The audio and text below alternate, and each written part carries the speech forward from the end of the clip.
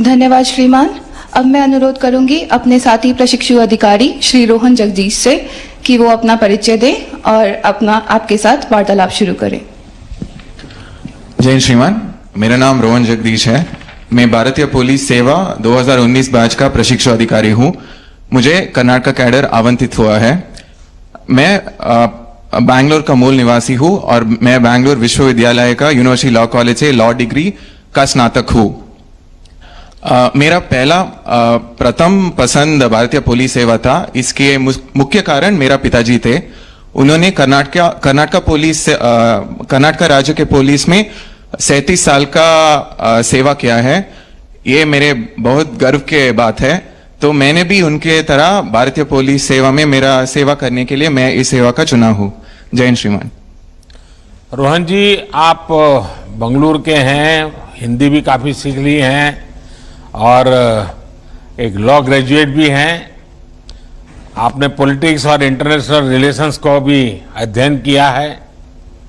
इस ज्ञान का आप आज की पुलिस व्यवस्था में क्या रोल देखते हैं?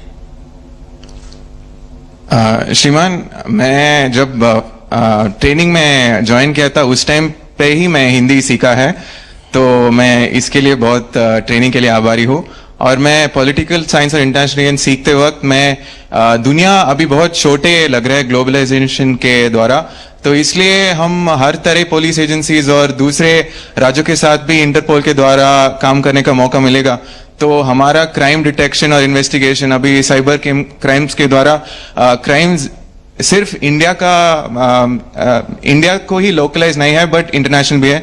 तो इस नॉलेज से रिलेशंस रखना और अन्य क्राइम्स को सॉल्व करना, international cross border terrorism, Naxalism और ड्रग्स का मामले में सॉल्व करना उपयोग होता है। श्रीमान, हम अक्सर पुलिस एकेडमी में मुश्किल फिजिकल ट्रेनिंग के बारे में सुना करते हैं।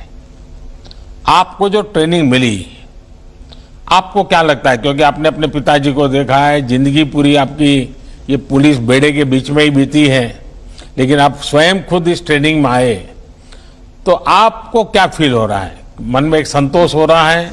आपके पिताजी ने जो आपसे अपेक्षाएं की होगी उसको पूरा करने के लिए क्षमताएं आपकी दिखती होगी, और आप पिताजी कंपैरिजन करते होंगे कि उनके ज़माने में ट्रेनिंग कैसी होती थी, आपके ज़माने में कैसी होती है, तो आपके दोनों के बीच में थोड़ी भिड़ंत भी होती होगी।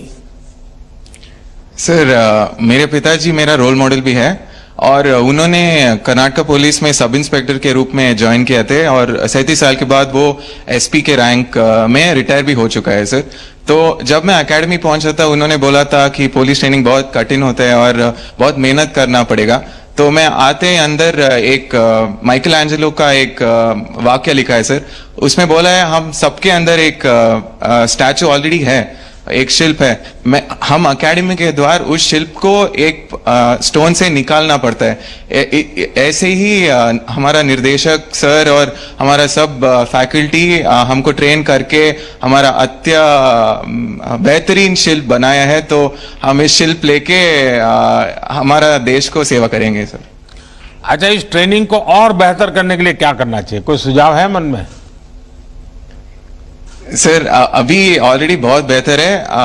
मैं पहले सुना है कि बहुत कठिन था। अब हमारा नया निर्देशक आने के बाद और सब चेंजेस हो चुका है और हमारे सोच रखकर ही ट्रेनिंग कर रहा है और हमको इंटरनेशनल स्टैंडर्ड्स पर ट्रेनिंग कर रहा है। तो मैं बहुत खुश हूँ इस ट्रेनिंग से। रोहन जी, मुझे बताया गया है कि आप अच्छे स्विमर हैं और आपने एकेडमी के पुराने सारे रिकॉर्ड भी तोड़ दिए हैं। जाहिर है आप आजकल ओलंपिक्स में भारत के खिलाड़ियों के अच्छे प्रदर्शन को भी बराबर फॉलो कर रहे होंगे। आने वाले समय में पुलिस सेवा से बेहतर एथलीट्स निकालने के लिए भी या फिर पुलिस के फिटनेस बल को सुधारने के लिए आपके मन में कोई विचार आता है कि आज आप देखते होंगे कि इसके बाद पुलिस का जरा बैठना, उठना, चलना सब जरा कुछ अलग ही नजर आता है। आपको क्या लगता है? सर, एकेडमी में हमको फिटनेस का एक बहुत ध्यान दे जाता है सर। तो इसलिए मेरा सोच है कि हम यहाँ समय